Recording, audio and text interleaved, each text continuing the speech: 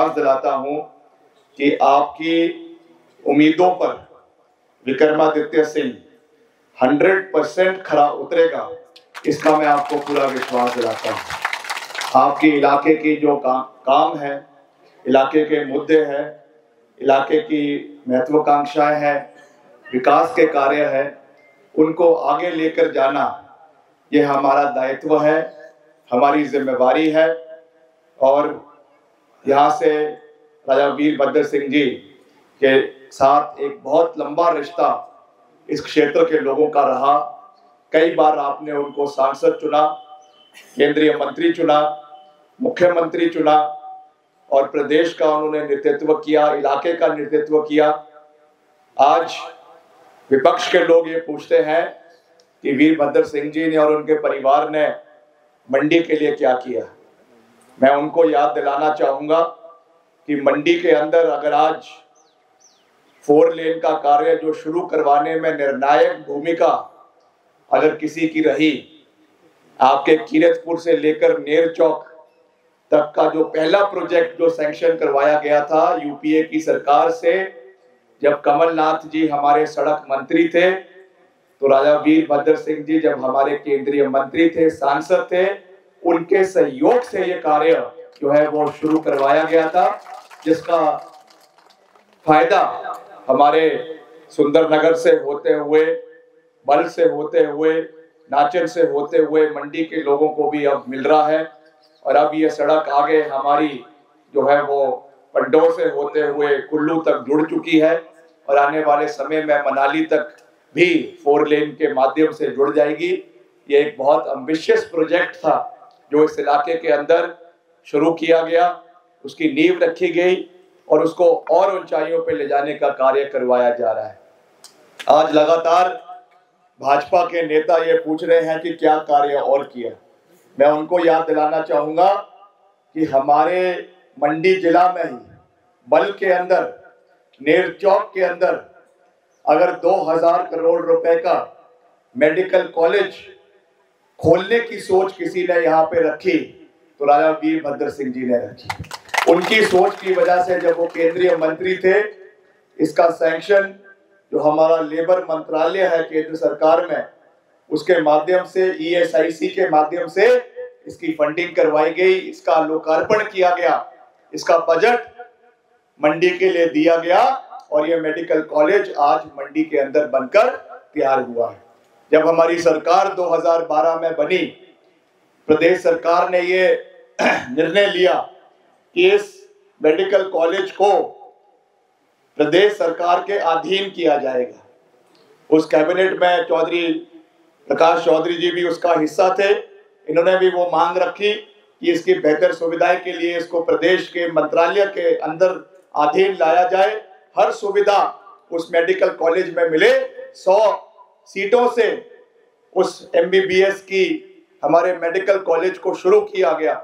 मगर दुख की बात है कि पिछले 5 साल जयराम जी की सरकार रही, उसमें एक नई सीट उस MBBS के कॉलेज में जयराम जी की सरकार नहीं करवा पाई। वहां पे MRI की मशीन नहीं लगवा पाई, रेडियोलॉजी की डिपार्टमेंट को मजबूत नहीं कर पाई, अल्ट्रासाउंड की मशीनें खराब हो गई मगर वहां पे रेडियोलॉजिस्ट नहीं आए। सुपर स्पेशलिटी अस्पताल होने के बावजूद जितने वहां पर हमारे डॉक्टर्स होने चाहिए थे वो वहां पर उपलब्ध नहीं थे, जिसका लाभ भवन होते हुए, पूरा का पूरा स्ट्रक्चर होते हुए, डॉक्टरों की कमी की वजह से, HOD की कमी की वजह से, अलग अलग हमारे प्रोफेसर्स की कमी की वजह से, जिस तरीके से वो मेडिकल कॉलेज पिछले 5 साल में चलना चाहिए था वो नहीं चल पाया। ये जवाबदेही हमारे पूर्व मुख्यमंत्री ठाकुर जयराम जी की है। इतना बड़ा संस्थान देने के बावजूद भी अगर उसको पूरा नहीं कर पा रहे तो किसकी नाकामी है? ये सवाल आज भारतीय जनता पार्टी से पूछने की आवश्यकता है।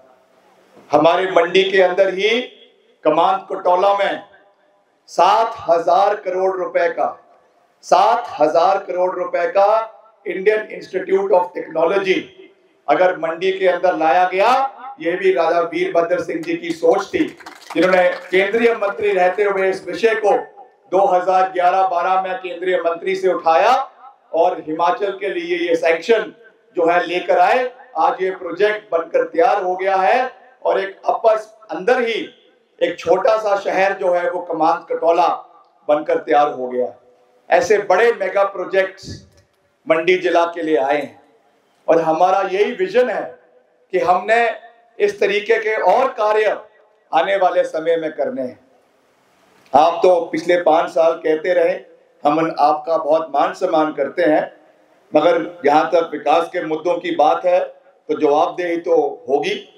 आप कहते रहे कि मैं मंडी में बल के अंदर अंतर्राष्ट्रीय हवाई अड्डा बनाऊंगा। मैंने तो विधानसभा के अंदर, मैं विपक्ष का विधायक था, इस पे चर्चा चली हुई थी एयरपोर्ट के ऊपर, मैंने भी उसमें भाग लिया। हमने भी कहा कि अगर जयराम जी ऐसा प्रस्ताव ला रहे हैं, मंडी के अंदर अगर अंतर्राष्ट्रीय हवाई अड्डा बना रहे हैं, तो हम भी उसका स्वागत करते हैं, बनना चाहिए। लोगों का उसमें समर्थन मिलेगा, इलाके की विकास होगा, तरक्की होगी। सारे टूरिस्ट हमारे जो कुल्लू मनाली के लिए आते हैं, क्योंकि कुल्लू का जो एयरपोर्ट है भुंतर का बहुत छोटा है, वहाँ पे बड़े विमान नहीं उतर सकते हैं, तो हमको भी उसका फायदा मिलेगा। बाहर से टूरिस्ट आएंगे, तो हमने भी उसका समर्थन किया। मगर 5 साल उनकी सरकार रही, 5 साल तक जयराम जी मुख्यमंत्री रहे, आदरणीय धूमल साहब तो थे नहीं, और आपके मोदी जी देश के प्रधानमंत्री थे। कितनी बार वो हिमाचल में आए, क्यों वो उनसे 2000 करोड़ रुपए जो उसके भूमि अधिग्रहण का बजट था वो क्यों नहीं ला सके? ये सवाल भी तो आज बनता है।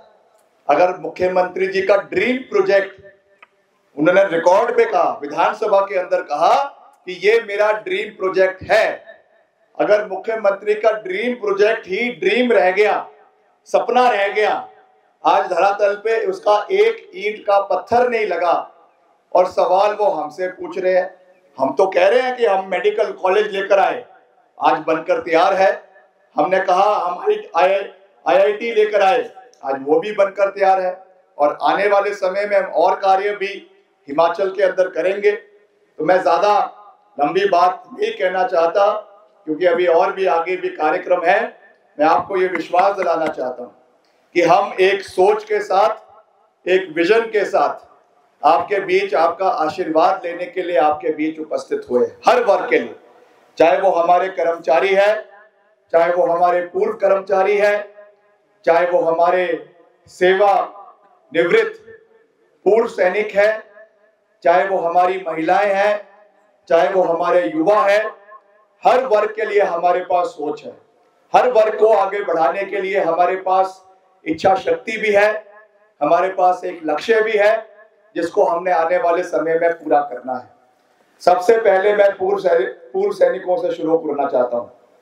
हमारे पूर्व सैनिक हमारी शान है, चाहे वो हमारे कमीशन्ड ऑफिसर है, चाहे वो हमारे नॉन कमीशन्ड ऑफिसर्स हैं, जेसीओ से लेकर लांस नायक से लेकर सब लोगों का योगदान हमारे देश के लिए रहा है।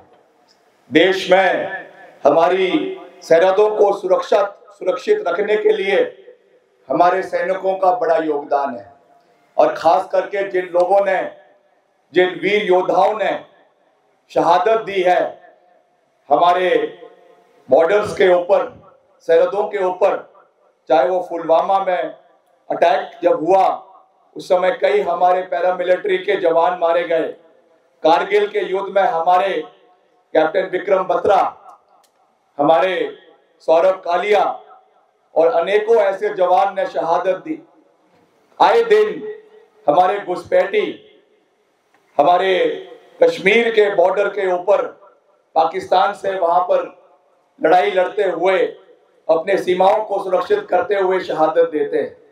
आज ये हमारी दायित्व बनता है, हमारी जिम्मेवारी बनती है कि हमारे पूर्व सैनिकों के लिए और हमारे जो अभी भी वर्तमान में सेवा दे रहे हैं, हिमाचल के वीर जवान, हिमाचल के वीर सपूत, उनके लिए मैं बतौर सांसद ये मांग आने वाले समय में उठाऊंगा, लोकसभा के अंदर उठाऊंगा कि हिमाचल प्रदेश की आने वाले समय में भारतीय सेना के अंदर एक अलग रेजिमेंट हमने बनानी है।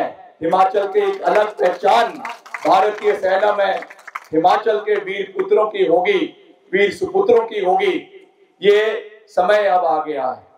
अगर पंजाब राइफल्स हो सकते हैं, अगर JNK राइफल्स हो सकते हैं, अगर और रेजिमेंट्स हो सकती है, कुमाऊं की रेजिमेंट हो सकती है, गोरखा राइफल्स हो सकते हैं, तो हिमाचल प्रदेश की अलग पहचान भारतीय सेना के अंदर होनी चाहिए। ये कोई राजनीतिक मसला नहीं है, ये हमारे स्वाभिमान से जुड़ा हुआ बात है, हमारी शहादत से जुड़ा हुआ बात है। और इस विषय को हम प्राथमिकता पे केंद्र सरकार के समक्ष जो है उसको केंद्रीय रक्षा मंत्रालय के समक्ष आने वाले समय में उठाएंगे। ये हमारा पूर्व सैनिकों को विक्रमादित्य सिंह का वादा है, जिसको हम आने वाले समय में पूरा करेंगे। वैसे ही सरकाघाट के अंदर CSD डिपो बनाने का जो एक बड़े लंबे समय से मांग चल रही है, क्योंकि अभी वहां पे केवल एक CSD की कैंटीन है, कोटली में कैंटीन है, मल में कैंटीन है, मगर अगर बड़ा डिपो हमारा CSD का हिमाचल के अंदर इस इलाके के अंदर मिलता है तो उसमें जो GST की कटौती की वजह से दाम बढ़ जाते हैं, उसका फायदा हमारे पूर्व सैनिकों को आने वाले समय में मिलेगा।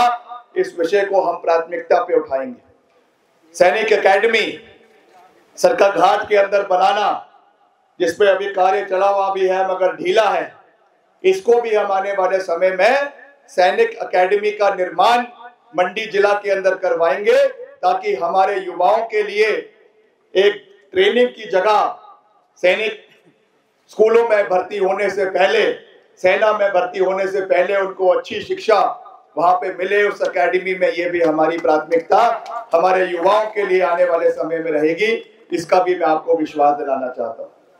हमारे सेवानिवृत्त कर्मचारियों को भी मैं ये विश्वास दिलाना चाहता हूँ कि OPS ओल्ड पेंशन स्कीम जो हमारी सरकार ने शुरू करी है, जिन कर्मचारियों को रिटायरमेंट के बाद मात्र 1500 रुपए, 2000 रुपए, 2300 रुपए, 2500 रुपए मिलते थे, आज OPS लागू होने के बाद उन कर्मचारियों को 15 से 20 से 25,000 रुपए प्रति व्यक्ति मिलना शुरू हो गया है। मगर आज भी कई हमारे कर्मचारियों का वेतन OPS का केंद्र सरकार के पास लंबित पड़ा हुआ है। 9,000 करोड़ रुपए हमारे वहां पर लंबित पड़े हुए हैं। मैं आपको ये विश्वास दिलाना चाहता हूं कि हम इस विषय को प्राथमिकता पे उठाएंगे, हिमाचल के कर्मचारियों का हक वापस केंद्र से लेकर आएंगे। ये हमारी वचनबद्धता है। और ये दूसरी सरकार भारतीय जनता पार्टी तो वैसे ही कह चुकी है। क्या कहा था पूर्व मुख्यमंत्री जयराम जी ने विधानसभा के अंदर, मुझे उन शब्दों को दोहराने की आवश्यकता नहीं है कि अगर पेंशन चाहिए तो चुनाव लड़िए, ये उनके शब्द थे। ये दर्शाता है कि जब भी अगर कहीं उनकी सरकार जब भी आएगी, भविष्य में आएगी नहीं आएगी वो तो समय की बात है, मगर जिस दिन सरकार बनी उस दिन ये हिमाचल के अंदर OPS को बंद कर देंगे, ये बात तय है। तो आपने ये निर्णय लेना है, कर्मचारियों ने, पूर्व कर्मचारियों ने ये निर्णय लेना है, आप किसके साथ खड़े हैं। आपकी रक्षाओं की हितों की रक्षा करना हमारा दायित्व है, हमारी जिम्मेवारी है, उसको हम आने वाले समय में करेंगे, इसका मैं आपको विश्वास दिलाना चाहता हूं। अभी मैंने पिछले कार्यक्रम में भी ये बात कही कि हमारा विजन मंडी संसदीय क्षेत्र के लिए साफ है। हमने मंडी के अंदर स्मार्ट सिटी का निर्माण करवाना है, चाहे वो हमारे ब्यास नदी के तटीकरण की बात है, उसको प्राथमिकता पे उठाना है। उसके लिए 2000 करोड़ रुपए की DPR की प्रोजेक्ट पहले ही हमारे डिप्टी चीफ मिनिस्टर ने, मुकेश जी ने दिल्ली भेजी है। ये मेरा वादा है कि सेंट्रल वाटर कमीशन से हम प्राथमिकता पे ब्यास नदी के तटीकरण के लिए 2000 करोड़ रुपए का बजट सैंक्शन करवा कर लाएंगे। और उसके साथ साथ जो हमारा सुकेती खड्ड है, उसमें भी जो नुकसान यहाँ के लोगों का हो रहा है, उसके लिए हम सुकेती खड्ड के चैनलाइजेशन का बजट भी केंद्र सरकार से स्वीकृत करवा के लाएंगे। ये भी वादा विक्रमादित्य सिंह का आप लोगों को है, जिसको हम आने वाले समय में पूरा करेंगे, इसका मैं आपको विश्वास दिलाना चाहता हूँ। महिलाएं यहाँ पर आई हैं, हमारी मातृशक्ति यहाँ पर आई है। आपसे संबोधन करते हुए मैं आपको भी ये कहना चाहता हूँ कि सरकार महिलाओं के साथ पूरी मजबूती के साथ खड़ी है। हमने चुनावों के समय वादा किया कि हम महिलाओं को सामाजिक पेंशन देंगे। बहुत हल्ला मचाया गया विपक्ष द्वारा कि ये कार्य नहीं किया जा रहा, नहीं किया जा रहा, नहीं किया जा रहा। मुख्यमंत्री जी ने सामाजिक पेंशन के लिए हर महिला के लिए बजट दिया है। 800 करोड़ रुपए का वित्तीय बजट का प्रावधान प्रदेश सरकार ने किया है। जनजातीय क्षेत्र में पेंशन मिलनी शुरू हो गई है। 6 जून, आज 22 तारीख है, 6 जून से 18 साल के ऊपर की महिलाओं को, जिनके घर में कोई सरकारी नौकरी में उनके पति नहीं है, उन महिलाओं को प्रति माह 1500 रुपए की पेंशन मिलनी शुरू हो जाएगी, जिसके लिए आपके अप्रैल और मई के महीने की किश्त 1500 रुपए मिलाकर 3000 रुपए और सालाना 18,000 रुपए हर महिला के खाते में मिलना शुरू हो जाएगा। इसका मैं आपको विश्वास ही नहीं, ये पूरी मजबूती से ये बात कह रहा हूं कि इसको हमने करके दिखाया। ये वही भाजपा के लोग हैं जो पूर्व मुख्यमंत्री आदरणीय जयराम जी और आपके यहाँ के जो माननीय विधायक हैं आदरणीय गांधी जी, नाम तो गांधी जी का है तो हम तो सम्मान करते हैं कि राष्ट्रीय पिता है, मगर काम कैसा है वो तो आप जानते होंगे, क्या काम करते हैं क्या नहीं करते।